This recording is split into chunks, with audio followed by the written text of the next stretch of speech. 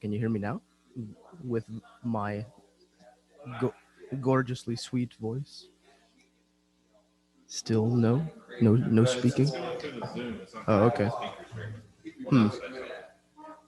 Something, something. Words coming through. I like the idea of words coming through.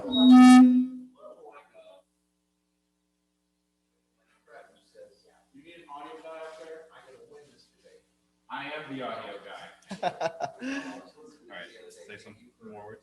Some more words. Go. Hey, would you listen to that? Hey. People keep messing with my sound words. Did I do that? Yes, it is mine. Cool. That's pretty weird. Oh, I guess we should go ahead and turn on this microphone.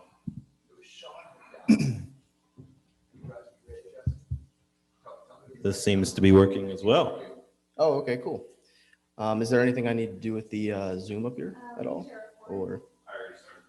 so the recording's starting right now? Okay, is that what that timer is? Is there, I didn't. No, that's how. There's a little red circle on the top left. No. Yeah, it was. It's out loud. Oh, okay, so we are recording. Yes. Wonderful.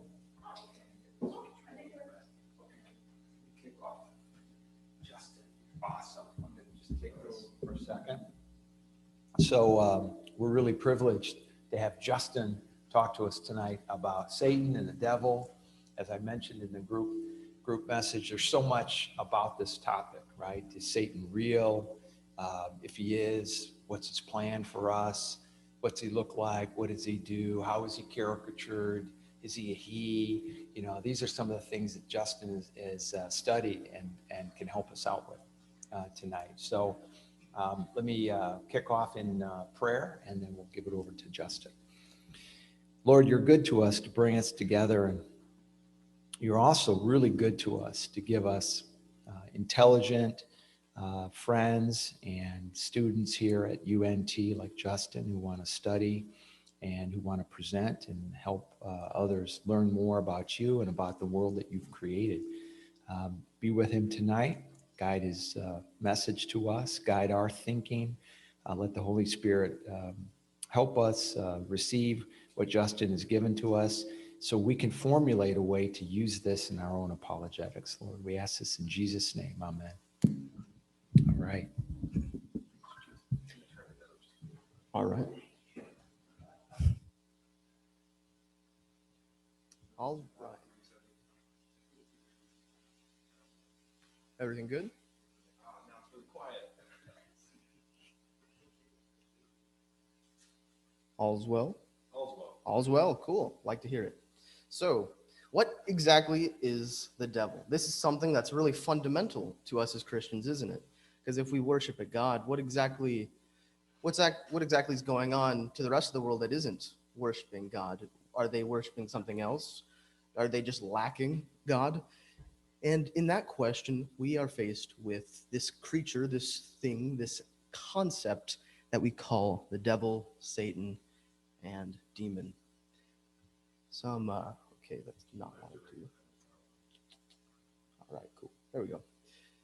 So these are some rather contemporary views that we have of the devil. There's a very common caricature that this adversary of ours as Christians is somewhat of a red figure, somewhat of a horned figure that is very creepy looking. It's distinctly something that we don't like to look at, yet we find ourselves maybe even a little interested in, something that's so other than, that we just can't quite get to, nor do we want to get to. Up in the top left, we have a very common image from the Satanic Temple, the Baphomet, something that you might have heard of if you're any familiar with the Knights Templar. That's something they were accused of worshiping as a demonic sort of figure. Over to the To the right of that is a view of the devil from the movie Legend with Tom Cruise. And in the bottom left is how Dante Alighieri described Lucifer in the lowest ring of his Inferno. And then to the right of that is just a rather basic caricature with a pitchfork as well. Something that's rather interesting about this red color in particular is that for a very long time, red was actually associated with light, something that we would consider typical of an angel, and blue the color of the devil. In this particular image, in this fresco or mosaic from the 6th century, despite what you may think, it's the blue that's the demon. It's not until the 2nd century that we start finding images of the devil in red as opposed to blue, because over time the Catholic Church became more and more emphatic about the role of hell and hellfire as a threat to our salvation. And then, of course, we get the most common view of this horned red thing from the ever-growing interest in the book of Revelation as time would go on. And this is from a William Blake painting from the book of Revelation called The Great Red Dragon and the Woman Clothed in the Sun. And this is primarily where we find the image of the devil that we see today. For the most part, actually, the goat, the very typical connotation of the goat that we might have, and maybe even the fact that, Lucifer or Satan was somewhat of a musical individual associated with maybe the primality, the taboo sexuality of mankind at its base form.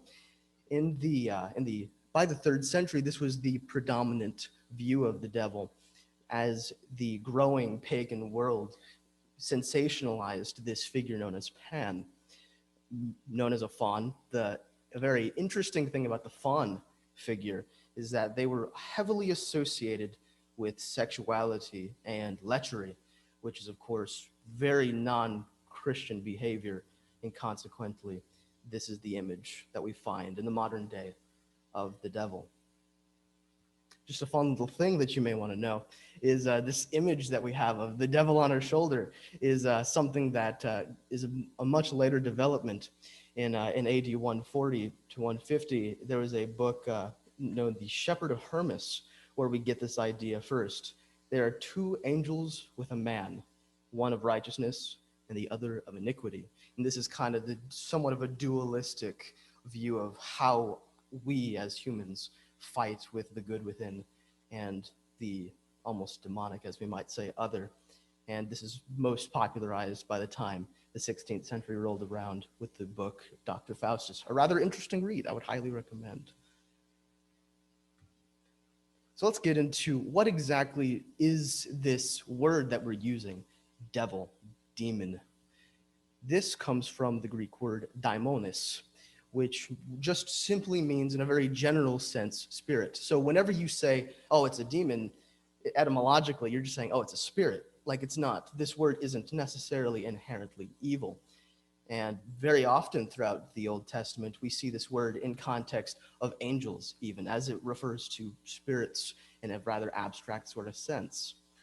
It's not really until we get to the word of Satan or Satan that we start getting into some perhaps a little more uncomfortable and interesting territory, because it's not explicitly an evil word. It just means adversary, accuser, and most of the Old Testament, there's not a single mention of a singular entity that stands in opposition to God that is known as Satan. More often than not, we find it in the context of human adversaries, as in this instance in 1 Samuel 29:4, where the word Satan is in reference to the King David as he stands as an adversary to the Philistines. And we even see this in Matthew when Jesus calls Peter, "Get behind me, Satan." More accurately, "Get behind me, ye who stand in opposition to me. My will be done." Now, Lucifer is perhaps a much more interesting sort of name that we ascribe to him, or this figure. It doesn't quite necessarily refer to anyone in particular. Something that's interesting is that we get this from Isaiah 14, where in the context of the king of Babylon, we say, "How art thou fallen from heaven, O Lucifer, son of the morning, how thou art cut down to the ground, which didst weaken the nations."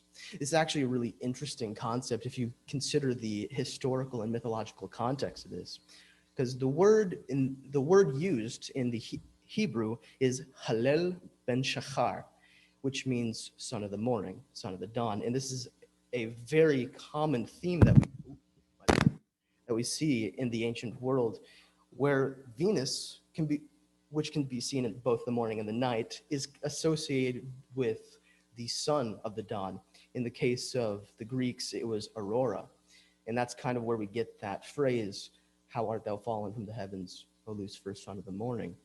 It's a very interesting image, mythological image of how the morning who had given birth to the son of the dawn rises in the morning, so noble and so bright, only to fall into obscurity in the night. It's kind of an interesting sort of image, almost apocalyptic even, on how they're describing the king of Babylon here. But by the time the Latin Vulgate was written and it's translated into Lucifer, it kind of sticks with us. We didn't really lose that for a very long time. And even now, we still call him Lucifer, even though the context is very mythological and very unrelated to the thing that we now know as the tempter. Now, you may be wondering, what about the serpent in the garden? That's the devil. That's, if not Lucifer, if not Satan, surely this serpent, at the very least, refers to this adversary. And, in fact, you would be correct. It definitely does. And something that's fascinating about this is that the word for serpent that we find in the Old Testament, Nahash, is rather cognate and rather similar to the word fiery serpent, or otherwise known as a seraph, or the plural form of seraphim. So you kind of get a much more interesting image that's less absurd and silly, where it's just a silly serpent who's talking, and it becomes somewhat of an interesting tale of a rogue seraphim straying from his divine godly ordinance, deceiving the first man. And this creature, this rogue seraph that we read of in the Old Testament, is the devil in question. Something that we find rather odd about this, of course, though, is that throughout the Old Testament, we don't exactly see any sort of indication that there's this singular entity, this singular malevolent opposing force to God. And the only context that we really get it in the Old Testament is in instances such as Job and in Zechariah, where the way he's described is much more as though it's this thing that he's doing, this opposing, is much more a divine appointment or a task. In the case of Job, we read, "Now when there was a day when the sons of God came to present themselves before the Lord, and Hasatan, the adversary, came also amongst them." This is one of the very few instances in the Old Testament where, rather than Satan referring to some sort of adversary, it's given the determiner, the ha in Hebrew, where this is a very specific person, almost a recurring character, that has been assigned this role of coming into the divine celestial abode to almost talk and communicate with God on who shall I tempt next. What about your servant Job?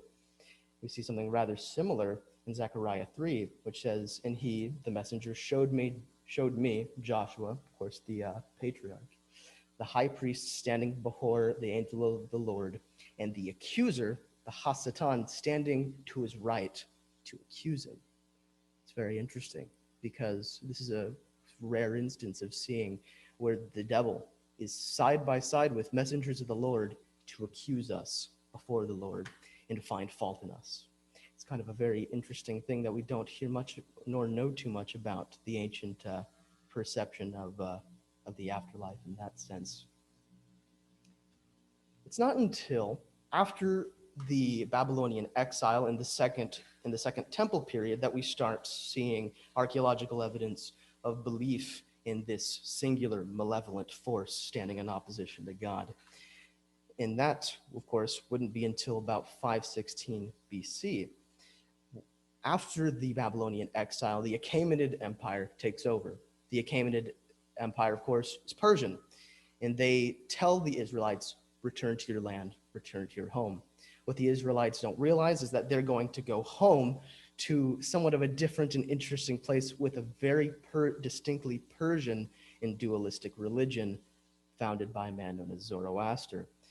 It's a religion that has a singular god known as Ahura Mazda, who stands in opposition to the, or rather, the Anga Mainu. How do you say that? I can't really see that. Anga Mainu, I suppose, who's somewhat of the dualistic devilish counterpart of this divine deity. And a lot of archaeological evidence supports the idea that it's through very complex interactions with the Zoroastrian religion, with the Israelites, that we first see this introduction of the idea of this is the opposer, and this is our God, and this is the dualistic reality of good and evil that we find ourselves in. So let's hop to the New Testament. What do we find in the New Testament? It's a lot more relevant. It's a lot less mysterious to us. We can understand it a lot better. These are some instances that I have listed up here of the interactions of demons with Jesus and among others. These are, most of the time, something that's rather interesting is that you find that it's always from, for the most part at the very least, related to something with mental health or some sort of physical illness.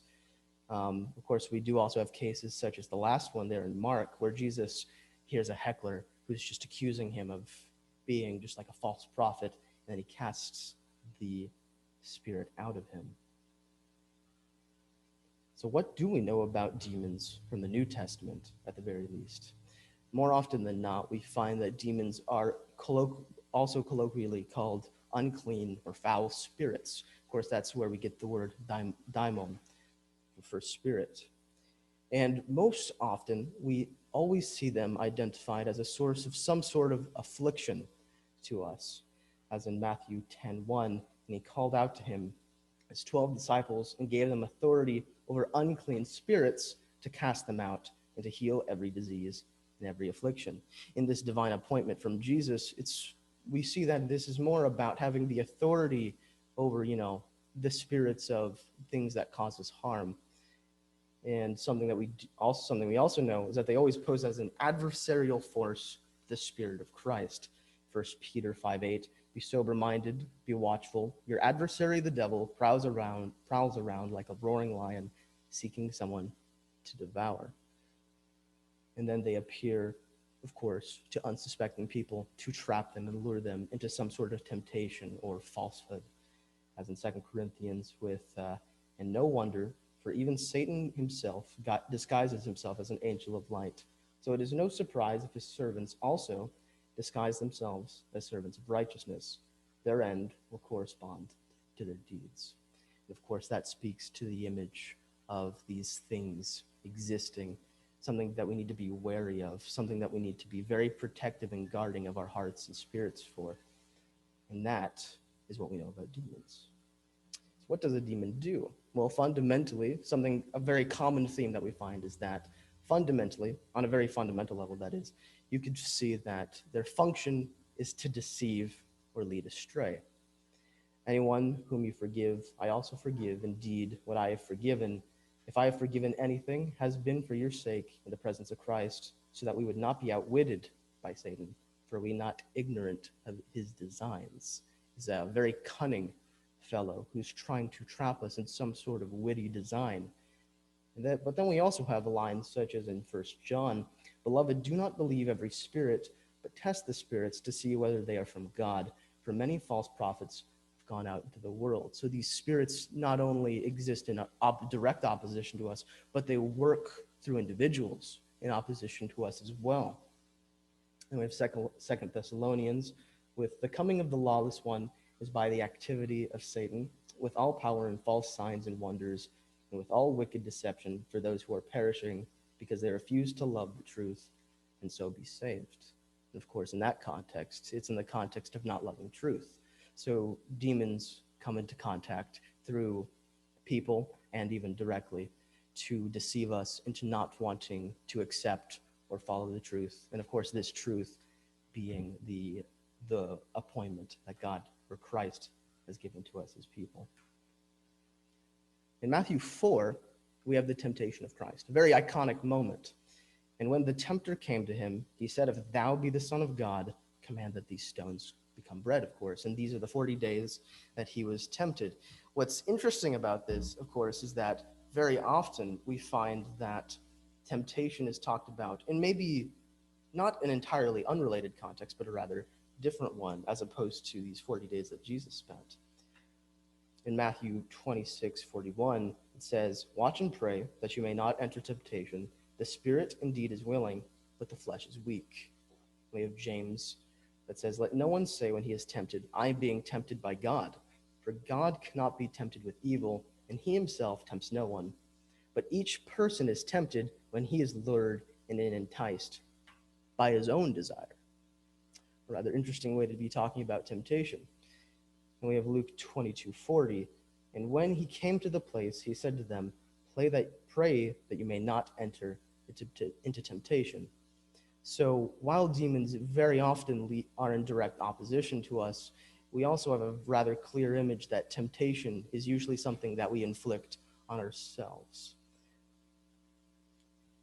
And of course, all this to say, everything we've been talking about, you couldn't, to a lot of secular people and rather even atheists, they might hear that and be like, what a bunch of tall tales.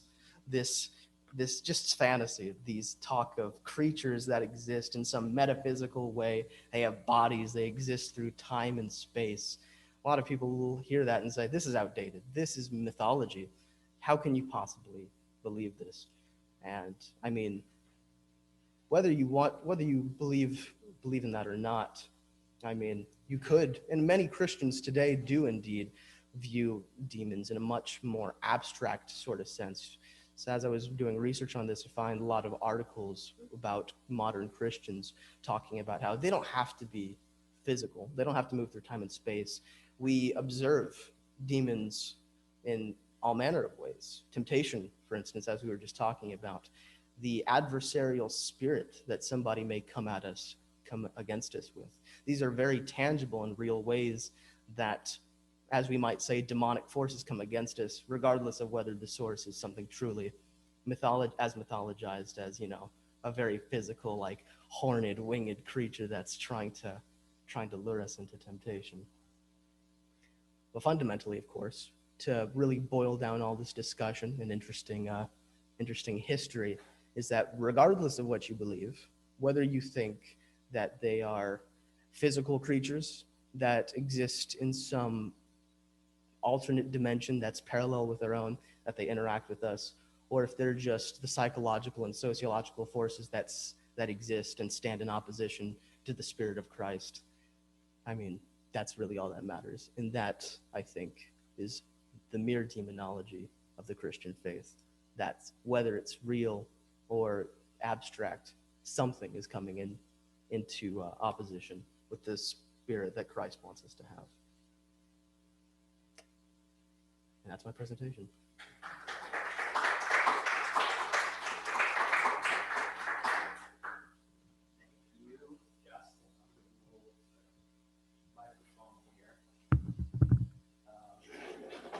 So do we have any questions right away for Justin? You guys know I've got some lined up. Cody. You kind of addressed it, the first one that I had written down. We have a slide that said, Satan is used exclusively of other people, and then I was like, Job? And you kind of addressed that a little bit, but I guess my question was like, do you think the one in Job is a title, or do you think that's something else? What do you mean by that? Like, do I think it's a title, You see, like, or? the slide where it said, Satan is used exclusively of other people as a title, an adversary, it's like the word. Yes. And then it appears in Job, and that slide said of other people, and I was like, the one in Job is not a person. No, of course. Yeah. So is that a special case, or? Yes, do you think it is a special case. The instance in Job and Zechariah are very unique and stand in sharp contrary to how the word is used throughout the rest of the Old Testament.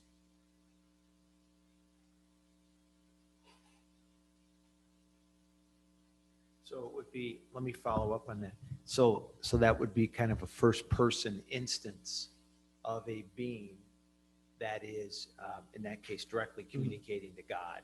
Yes, and something also to consider. It's kind of unrelated in a way. I didn't really want to get into it too much, but there's a lot of dispute as to the validity of Job as a real story. Most, or at least a lot of scholars, weigh in the direction of viewing Job as some ancient form of literature, where you would, of course, find a literary device such as a divine opposer or accuser. Yes, effectively. Although it does have a corollary to the story of Satan with Jesus, Hmm. right? First person talking to Jesus, trying to tempt him, right? Mhm. Yeah. So it's not, doesn't stand alone in that regard. Hmm. Yeah. Anything else, Cody? You seem to connect the snake in the Garden of Eden with the idea of a dark spiritual force, Satan. I feel like you kind of made that link, but could you expand on that a little bit further? Why you think those are the same character? You mean the character that we know as Satan and the serpent of the garden?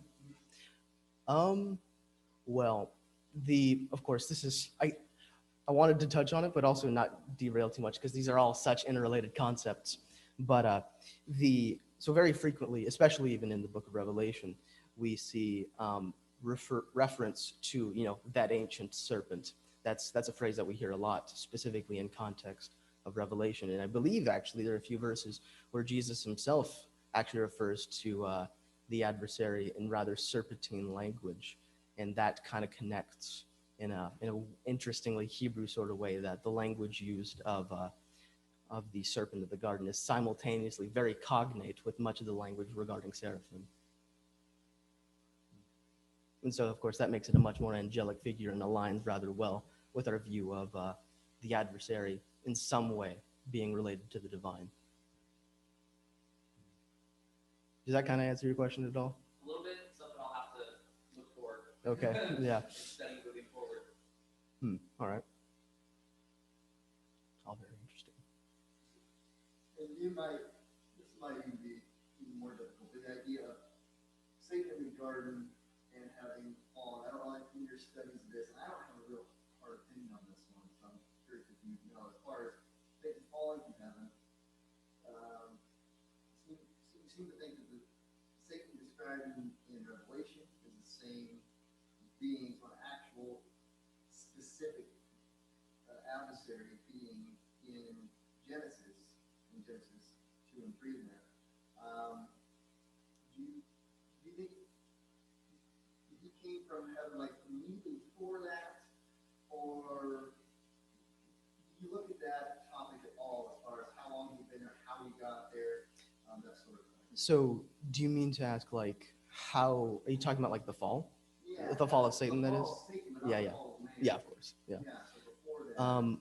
Well, are you asking for like my personal view, or are you asking Just your for? personal view. If you came across some stuff you thought was intriguing while reading, while preparing for this, because this is a question that I don't have a good answer for yet in my mind. It's not a hugely relevant or important question, but it's something interesting. I think, as far as I can tell, as I had kind of briefly gone over, the tale of Lucifer falling from heaven is very mythological. It's something we find in a lot of mythologies. It's very possible that this mythological story, in a very, like, if you believe that myths are inspired by reality, then for sure, you could definitely interpret that as that's the story mythologized by different people, and the seraph that tempted them is the result of that. In my personal view, though, I tend to believe that they were kind of always just here. I tend to think of that just as mere mythology, and that angels or spirits, as we might more accurately call them, have always kind of existed in a very all over the place sort of way, because that's just their nature. Just after the creation, they were Yeah. all over creation. That angels or spirits and man were very united on the earth. Does that help answer your question at all? Yeah, it does. I don't strongly agree or disagree. It's an interesting perspective. So, yeah. In your study, did you come across anything related to the counsel of God or the counsel of heaven or God's counsel? I've heard discussions of this and read some passages. And when you talked about Satan arguing, Mhm. alongside maybe others against us to God, it made me think of this sort of counsel idea. I don't know if you came across anything on that or not. Yeah. It's, in my view, the counsel of God is something that's rather biblically supported. That for sure, that there is some form of assembly in the heavens, as we might call them, rather colloquially, that indeed that there are angelic beings that converse and observe humanity in some way or another. Whether or not the adversary is among them is a very hard question to answer, because of course that kind of delves into the whole Job situation, which is one story among a host of just absence really talking about it. Kind of hard to say in that sense. Yeah. Any other questions? Emma? I've heard of this concept, and I'm not sure where I got it from, but essentially, like, Satan or, the fallen angel, or whatever, that's been described to me as this angel who used to be like one of God's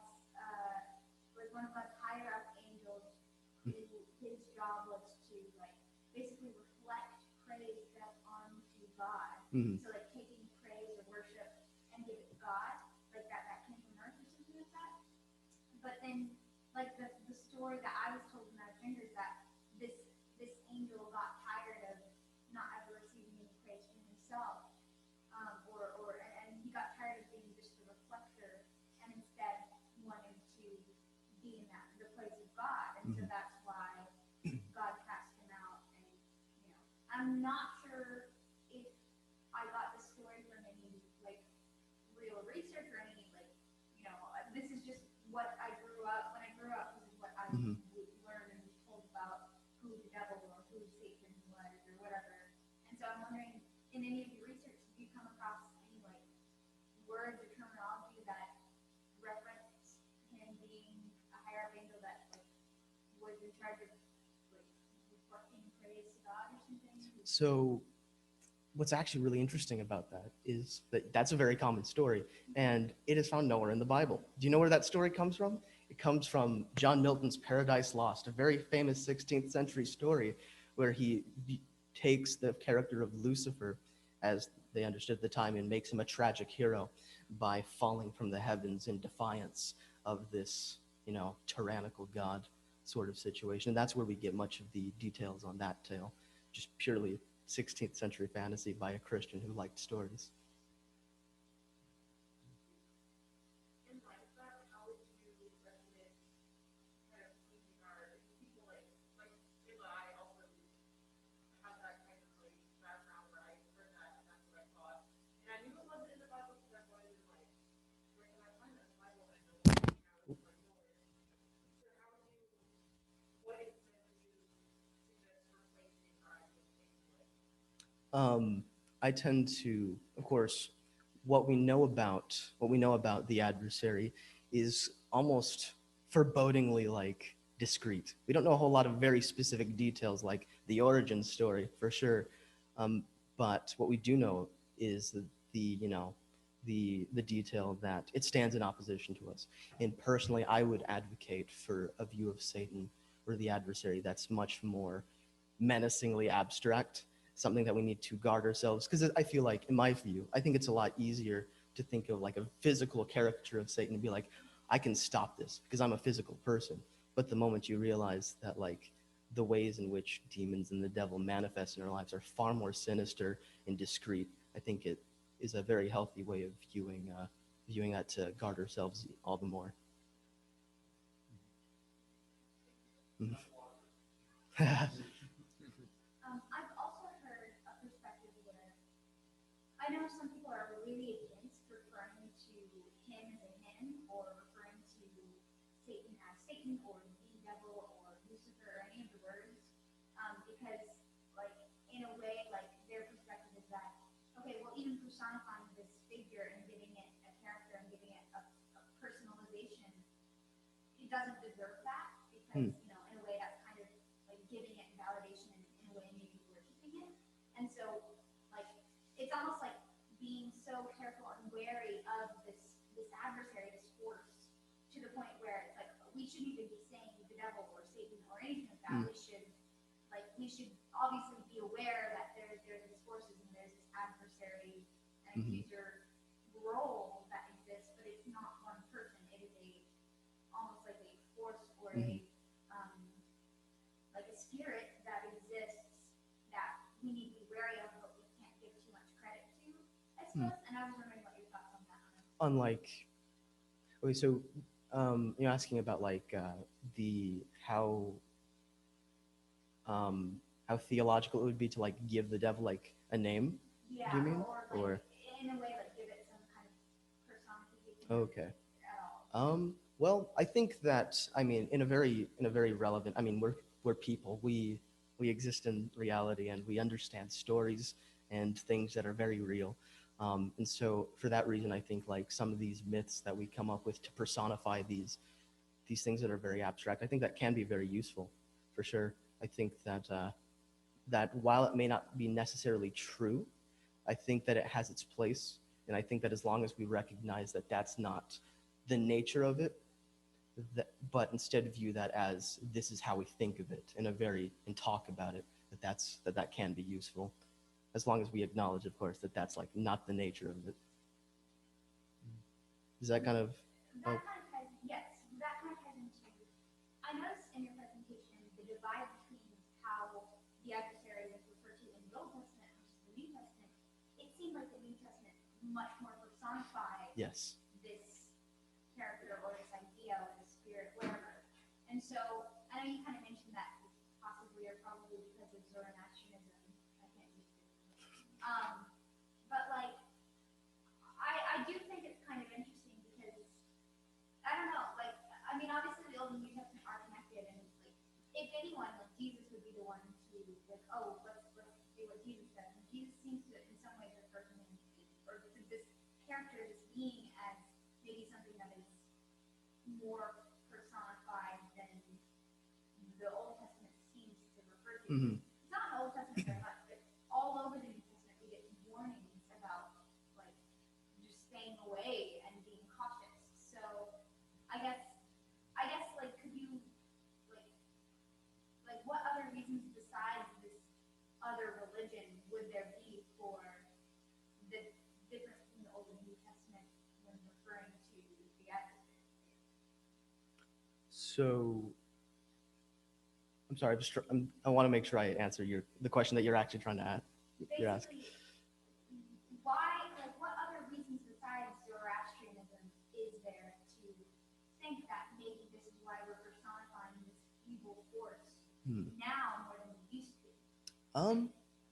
Well, I think probably, of course, because the whole Zoroastrian thing, that's more of just like, it's just a historical like intersection, really, where like something might have blossomed or began.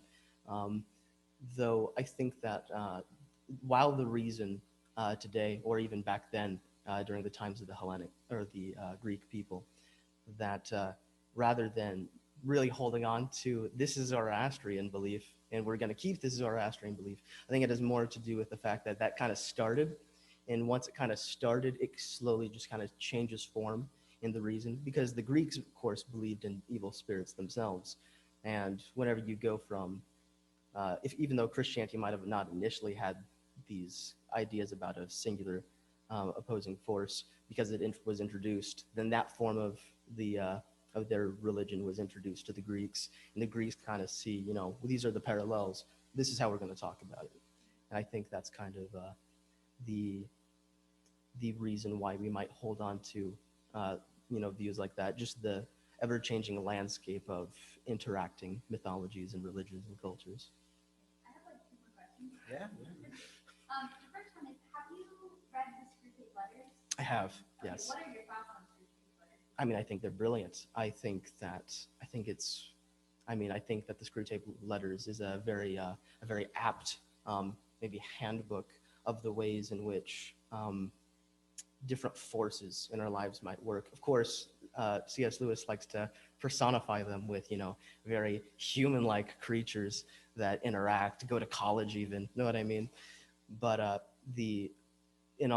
whenever I read it, I think of it far more as a sense of these are the ways that society works. These are the sociological factors of interacting with people. Because a lot of the time he talks about, like there's this one part where he talks about, you get him to start hanging out with this crowd of people or whatever.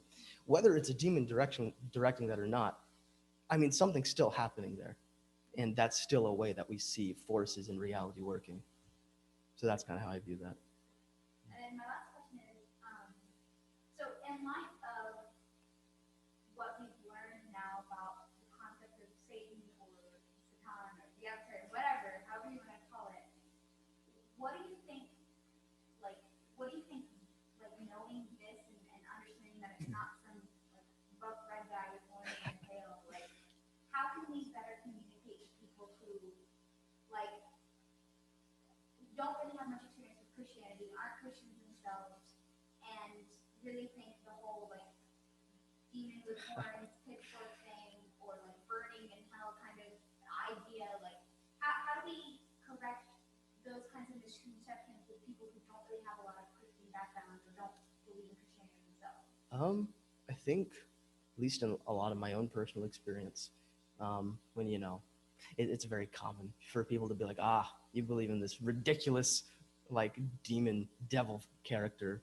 The way I tend to really respond to that is actually no, actually that's not something that really manifests. It's something far more understandable, something that's far more logical. It can make sense to us in a scientific reality that the devil is just the way we talk about the fact that there are evil forces that stand in opposition to the Spirit of Christ in the world.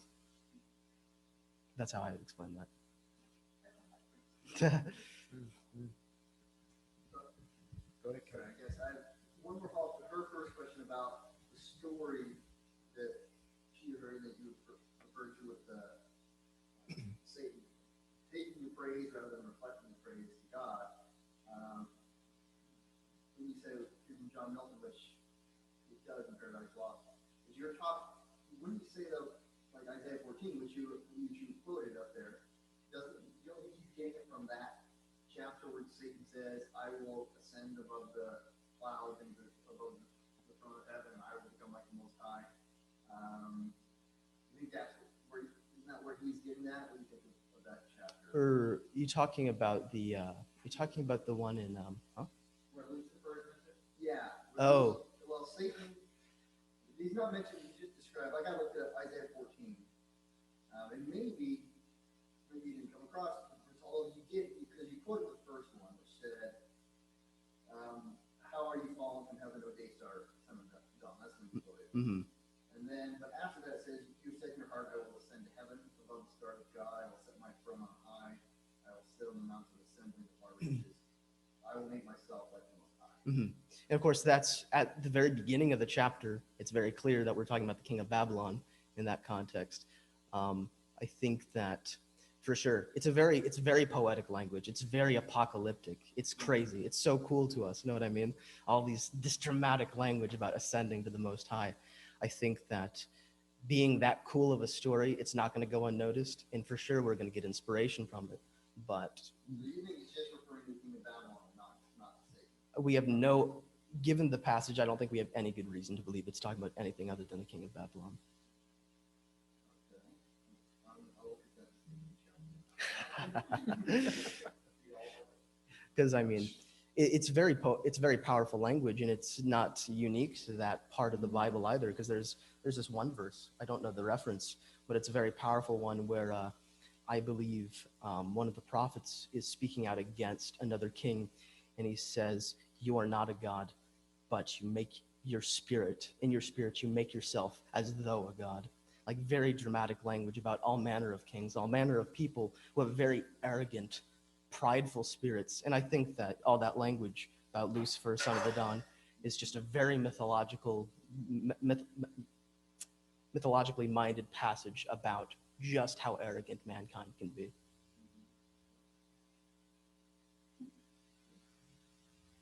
Any other questions? John, did you have a question? No? Micah? Daniel? Let me give you a couple. First of all, I'm very impressed that Emma remembered like 5 questions all in her head. I have to write them down. I'm glad you brought up Screw Tape Letters. For anyone that hasn't read that, I would recommend it. It's an easy read. It's a fun read.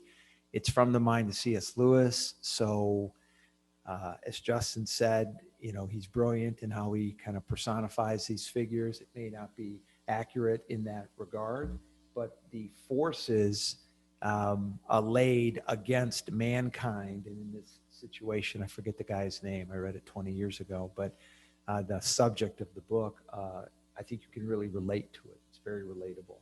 So in fact, my wife and her small group just did a study on it, so people are still reading it today.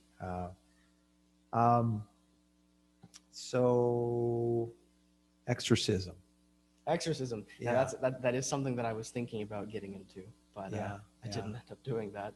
Exorcism. Is that like a question or? Well, it sounds like you want to run with it. I mean, I can talk about it. It's super interesting.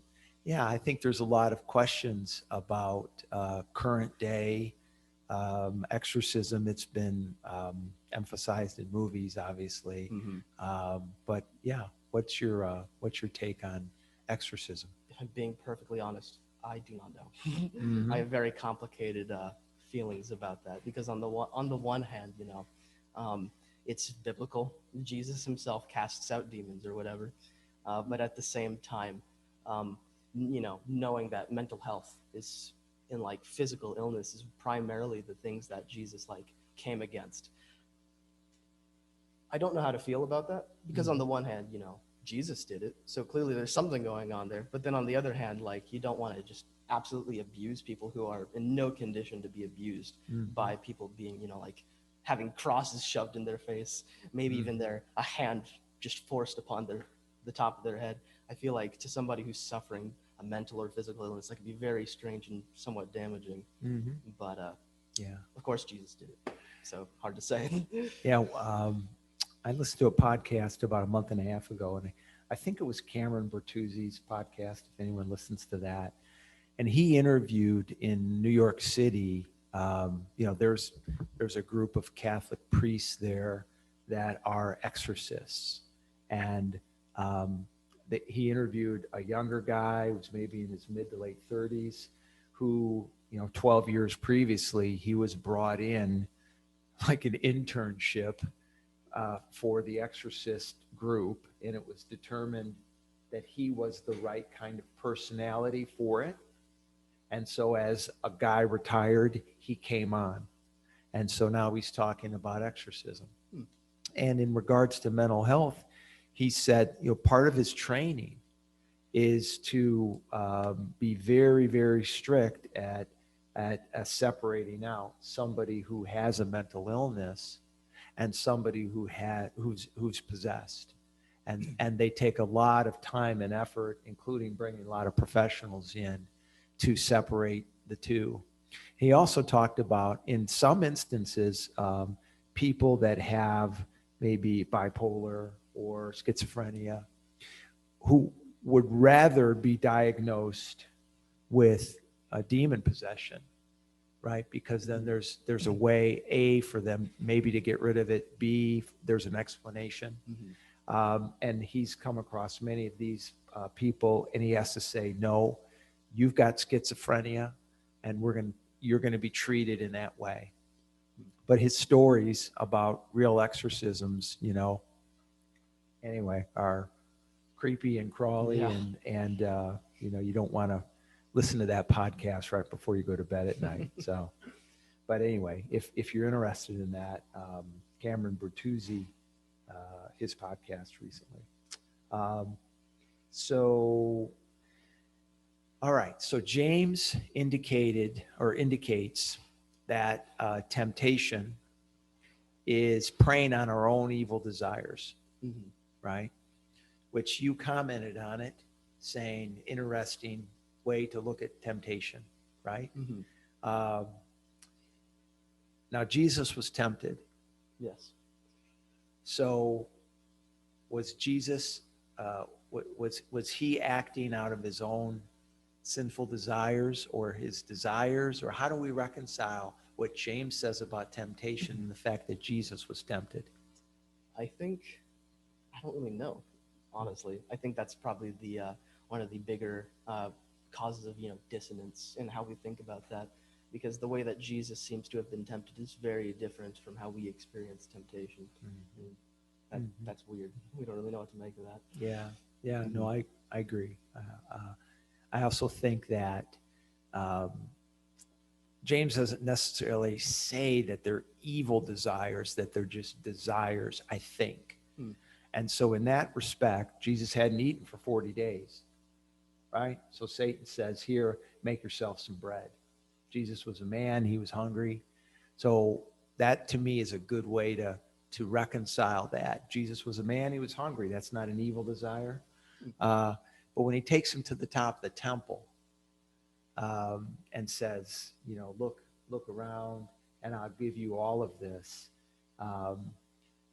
that wasn't a desire that Jesus had at all. Mm-hmm. So that one is a little bit troubling to me. Like, why was that a temptation? You know? So anyway. Because he came to save the world. The world should have been his, right? Yeah. So look at it that way. I never thought of it being the same. Yeah, if you look at the love that Jesus had for all humankind and mankind, and There's an easy way to get what you want. yeah, Save the world, and the world. well, yeah, I don't know, I think the point's supposed to be. yeah, no, I like that. Thank you for the rescue there.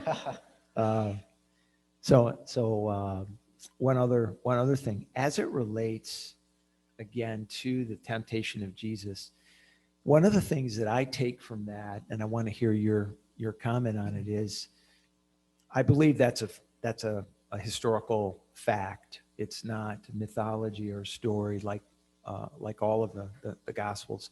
So when I take it that way, then I take Satan as obviously a reality, as a spirit like angels that can take other forms, that can move geographically, that have their own will, that are personal.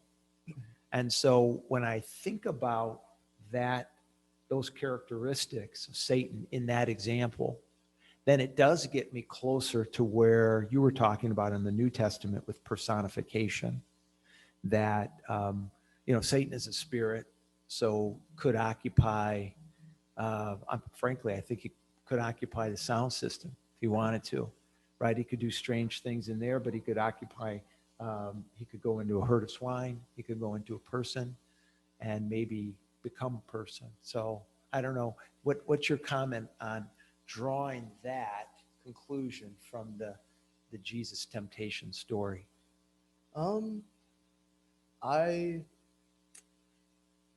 My immediate thought would be to think that, of course, I tend to think about things in a much more intangible sort of way. My immediate thought would be that Jesus, being the Son of God, like quite actually God himself, would have the authority to speak to ideas. That is to say that ideas have some sort of abstract form in its own, weirdly, incomprehensible sort of way. So you could maybe interpret that as Jesus, rather than having a very visual vision of a Satan is standing right there. You could interpret that as Jesus is in the wilderness for 40 days, being attacked by his own human thoughts and confronting those thoughts in his own mind and resisting that temptation. I see that point of view. Yeah. Actually, my wife and I are watching a series on Hulu right now where there's 10 guys who are dropped off in the wilderness, Have you seen that one? And on their own, they have to find food, water, shelter, right? And it rains every day. And it's their own thoughts and minds that they're competing with most fervently, right? Even though they found water and they found shelter. So to your point, and that ties in with Screw Tape Letters and C.S. Lewis's point of view as well, because they were feeding thoughts into the mind of their subject and preying on his weaknesses in that regard. So thank you for that. The last thing I wanted to just mention for both your benefit as well as others is coincidentally, I think you all know that I listen to Albert Mohler every day. I just think he has a great perspective on the Christian worldview and current news and events in regard to that. And on Monday, he about half of his 25 minutes was about in the 1980s and early 90s. There was this time period that he reflected on, calling it the satanic panic. Around the Manson family murders and the movie Exorcist and the growth of the goth movement among young people and Satan worshiping and this sort of thing. And so if you're interested in that period of time, it's an interesting podcast. And his conclusion is that there's one of two things that we can do as the Christian family, Christian body. One of two things that we can do with Satan that would be incorrect or would be reducing our ability to evangelize and to be real about Christianity. He said the first thing we can do is overemphasize Satan and his power, and I think you were saying that a minute ago or in one of your slides. The second thing is underestimate, right? And we're probably in a day and age today where the power of Satan is underestimated. Whereas in the 1980s and 1990s, it was overblown. So anyway, just a kind of a neat thought from Albert Mohler about how the pendulum swings back and forth and things like that. So, yeah. Sure. Finally, yes. That's not new from C.S. Lewis as well. I think it's one of the most Yes. powerful weapons we have is to make it either overestimate Yeah, or yes. underestimate. Yes, you're right. That's very cool. And could you go back to the prior slide, which is, I love your cleverness here, mere demonology. And we'll look for that book in print here sometime soon. And so when Emma asked about, how would you then characterize, overall your study, how would you characterize this is it for you, right? And I just wanted to read it again. What does matter is that whether you believe they're mythologized or personalities or simply the abstractions that permeate existence, one way or another, they represent a force that is contrary to the spirit. And that's what you keep coming back to. Yeah, okay. Anyone have any questions on that? It's kind of a final. All right. I think I like that overall. I tend to look at it a little bit more literally than you do. And actually, when we're down here, I might ask you a little bit more about that. Okay. Get where you're coming from on that. But I think the end of that particular is really good. I've gone through stages of this in my life too, where for a while I was seeing people saying, well, the devil made me do it, the devil's after me, and Satan's after me. Guys, Satan's in one place. See, I believe Satan's in one place. It's like, do you really think Satan's after you all the time? What about all the other people out there? And I was thinking, we see a lot where nature, sin nature within us. So we're drawn away by our own desire to use that verse. And I think that's right. It's like, it's not Satan all the time. It's just, you're a sinner and you want to do sinful things. And that's our biggest emphasis. And so for a while, I completely got away from the idea of worrying about Satan at all. Now I'm kind of coming back a little bit more thinking, well, it's probably an act of Satan. He actually is doing some things. So it's an interesting balance to kind of go through in life and find out at least what I have. Yeah. But I really think at the end of it, it's a spirit contrary to Christ. And I think there's a little Satan that does it, but it's also in every single person that comes up within us in our sin nature. And we have to be able to do that. All right. Anyone else? Final? All right, another round of applause for Justin. Well done. Thank you. And let me put out there as well that, you know, when any student wants to do what Justin did, study deeply about a topic, come and represent it. We've had a number of Micah and Emma and Audrey have done the same, and that's been just awesome. So thank you for doing that. And a couple other announcements. Next week, I'm going to go get my list. I can't remember what we're doing next week, but I'll tell you in a second. But we are an official chapter now, which is awesome. And so the officers and I agreed to get together like on the 29th or 30th, kind of let finals get done, and then we'll group together and we'll make some plans for promoting either during the summer or at Mean Green Week, orientation, or whatever. So if anyone wants to be involved in that, I'm buying lunch or coffee or whatever we do. And so just, you know, tell me, and then I'll let you in on that meeting. I think it's on 29th. If I'm not, I think that's the Thursday of that week, 29th, or right around lunchtime or right after lunchtime. So just let me know if you want to have a voice about how we move forward. Audrey and I were talking today about a possible debate next semester or next year where we could bring an outside person in and set up a debate, promote it, you know, teach civility because that's really important in today's day and age. So there's a lot of cool things that we can do to get the word out and to help others.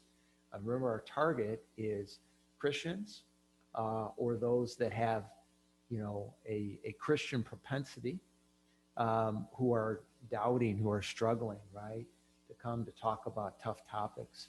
And so there's a lot on the UNT campus that we can reach. So let me know if you want to be a part of that. And then, hold on.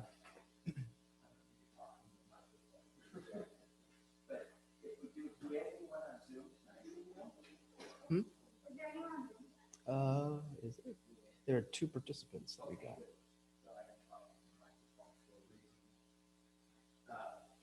So next week, yes, okay. This is the Gwen Lau, who's the equip director at Preston Trail in Frisco. She's going to come and talk about the Bible as literature for life. And this is the talk where she gets into genre in the scripture and translation, exegesis, if you've heard that term before. And everyone here is going to get a free book that is, it's an excellent book about these topics of genre, exegesis. It's called Reading the Bible for All It's Worth. And I'm reading it now to get a head start, and I'm learning things that I wish I'd known 30 years ago. So I think you'll really enjoy having the book and hearing from Gwen Lau. And that's our last presentation for the semester. And then just to whet your appetite a little bit, already building the schedule for the first semester of the fall. And I know some of you are graduating, but you might be close by. And so, you know, even the graduates, you're always welcome to attend, and grad students as well. But we're going to start out with evidence for the soul, which I think Eric is going to teach that. Excuse me. I want to sneeze. Eric Hernandez is going to teach that, and he's the head apologist for Texas Baptist. So he's really good. And I think that's something that's got some promotional value to it as well on the campus. And then Dr. Verbeck will do the privation argument, which kind of gets into his evil real, right? And is evil the absence of good? And how do we think through that? And then Jonathan Witt, I think, is going to teach intelligent design that third week. His book called Journey from Darwin to Design. Then I'm going to teach on euthanasia, which is another right to life issue, but it's a segment of the whole right to life issue, and it's growing in its popularity, quote unquote, in this country and certainly in other countries. It's a big deal. Let's talk about that. And then Dr. Brian Thomas is going to come in and talk about why the world looks so young. Interesting scientific evidence in that regard. And then the only one that I've got locked up for now is Dr. George Damoff will come back, and the earthworm guy, and he will talk about biblical environmental stewardship, which I think will be a great topic, for him to help educate us on. So, in the environment, environmentalism, climate change, things like this wrapped in a biblical Christian context. So already got some great stuff going for next semester. All right. Any announcements from our officer team? We good? All right. Thanks again, Justin. Appreciate it. We got snacks in the back. Well done. And stop recording. Is there anything I need to do about that, or?